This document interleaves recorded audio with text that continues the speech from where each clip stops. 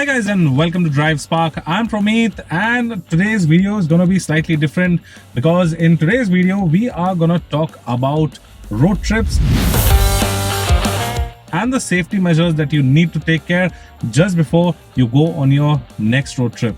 Now, road trip is something that really someone wants and someone really wants to go out with family, alone, or wherever you're going. But a key important thing about road trip is to check your vehicle just before you start from your place, and that thing is really important because at the end of the day the vehicle is only going to take you to your destination, so the vehicle has to be in a very proper condition. So let's start this video and I will be telling you some tips that you need to follow before you go for your next road trip. So number one thing is, when you are just gonna go for a road trip, a day or prior before, you should check your tire condition.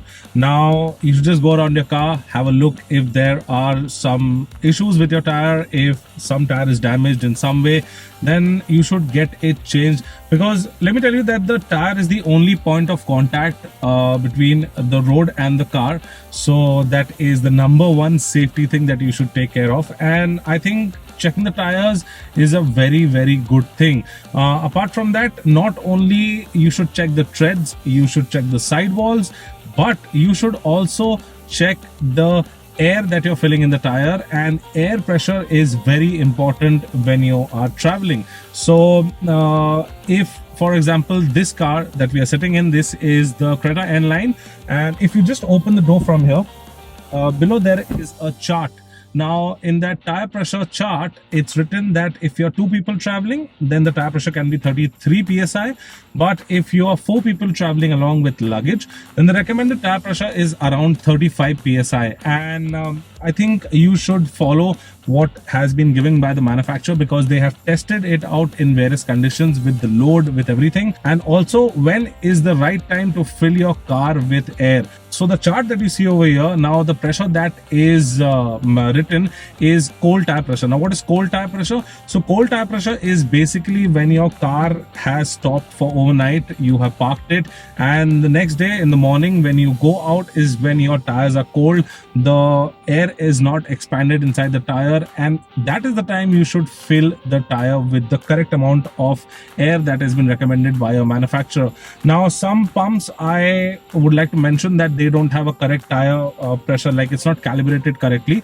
So you should have a pump of your own, or maybe a pressure gauge, a tire pressure gauge of your own. So after filling, if there is a lot of pressure, because if it's recommended 33, some pumps after filling it can go up to 34 and 35. So just after the fill, you can just move out and you can just deflate your tires. Or if there is slightly more pressure required, and if it's not filled up to the mark, then you can again come and tell them to fill like 1 or 2 psi more. So first thing is to take care of your tires.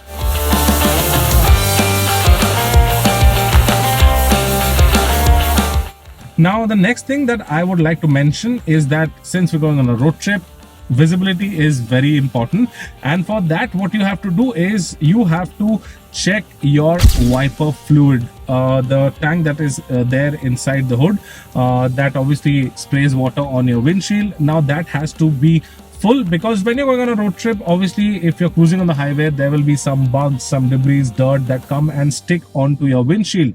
Now, regular water can get them off, but if you have a proper wiper fluid that has been recommended by the brand or some other brand, but typically for the car and typically for your wipers, you should definitely fill that up, because again, that is a very important thing.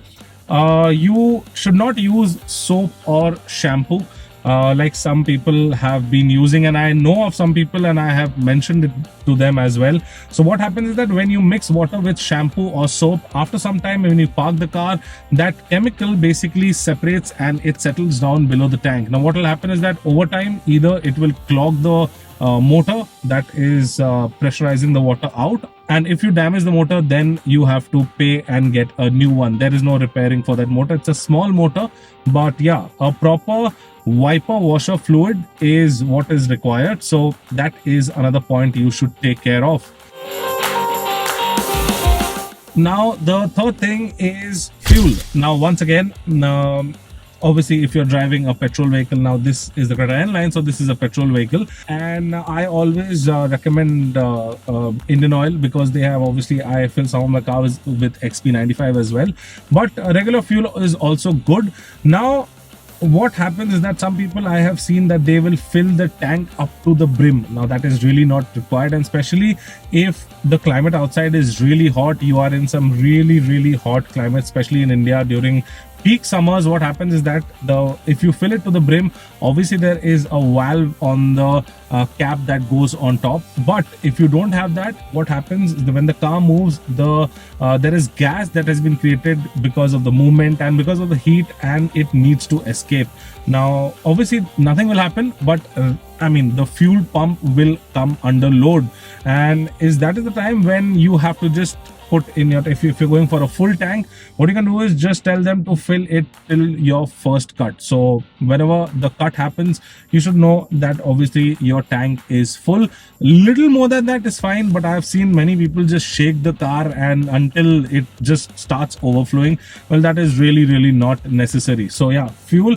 And also you should notice that the density of petrol, since we're talking about a petrol car, I'll be telling you that the density of petrol should be between 710 and 790. Now the pump that I fill in usually has around 739, so it is nice. If you go on a hill station, obviously the density will be slightly higher, and a higher density is always better. It should not go below the recommended lower density, that is 710. Also, the fourth tip is when you are leaving for a road trip. So first thing, before leaving or a day before that, you should do one thing. You should open your hood and you should take out the dipstick. And while you're taking out the dipstick, you should be careful. You should have a cloth, wipe the dipstick completely, dip it back again and take out and see if your oil level, that is the engine oil level, is up to the recommended mark. Now sometimes what happens is that we don't usually, there is some sort of leak where people slightly neglect it. It is not physically visible to the eyes, but it is happening on the inside, or maybe some engine oil is burning due to some wear and tear, and that is when you will have a little less level on the dipstick, and that is when you should either refill it and first thing is you should go get your car checked. If not, if you're in a hurry, then you should definitely carry some oil in reserve and you should top it up. Other than that, if you are going for a long trip, again, a recommended thing is that you should get your air filter checked once. Engine air filter is because if you're going on a highway and, for example, if you are doing a service in 10,000 kilometers, now what will happen is that if you have already driven 5 to 6,000 kilometers, if you've driven through dusty environment and some roads that has a lot of dust and debris, now there is a possibility that obviously your air filter might be slightly clogged. So the best thing is, before you go to a road trip, is either take it out. Best way is to get a air pressurized gun and just blow air on it so that the dust, whatever dust is there, can just come out. Other than that, if you don't have a air gun, you can slightly tap it either on the wall or on the floor, a flat surface, a clean surface, and you will see that some amount of dust will fall off. And when you do that, that is when your air filter will be slightly more cleaner, giving you a better fuel efficiency, because obviously a better airflow means slightly more power and better fuel efficiency. So you will have an advantage if you're going on a road trip if you do all of that.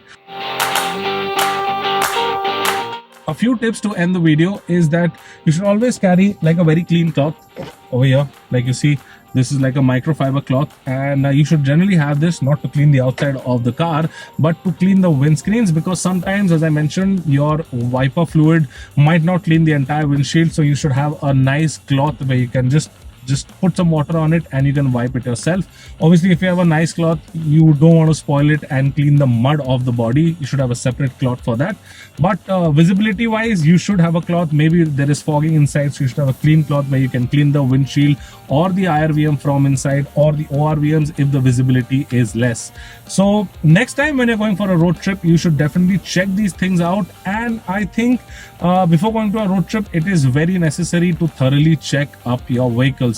And I also forgot to mention one thing. You should definitely check out your lights once. Headlights, tail lights, indicators, everything should be working. So whenever you're going for a next road trip, you should please check all of this before you do that, and you will have a safe and lovely road trip. I hope you enjoyed this video. If you liked it, please give it a thumbs up, share and subscribe to all our social media channels. I'm Promeet signing out. See you next time. Thank you so much for watching. Take care, be safe and drive safe.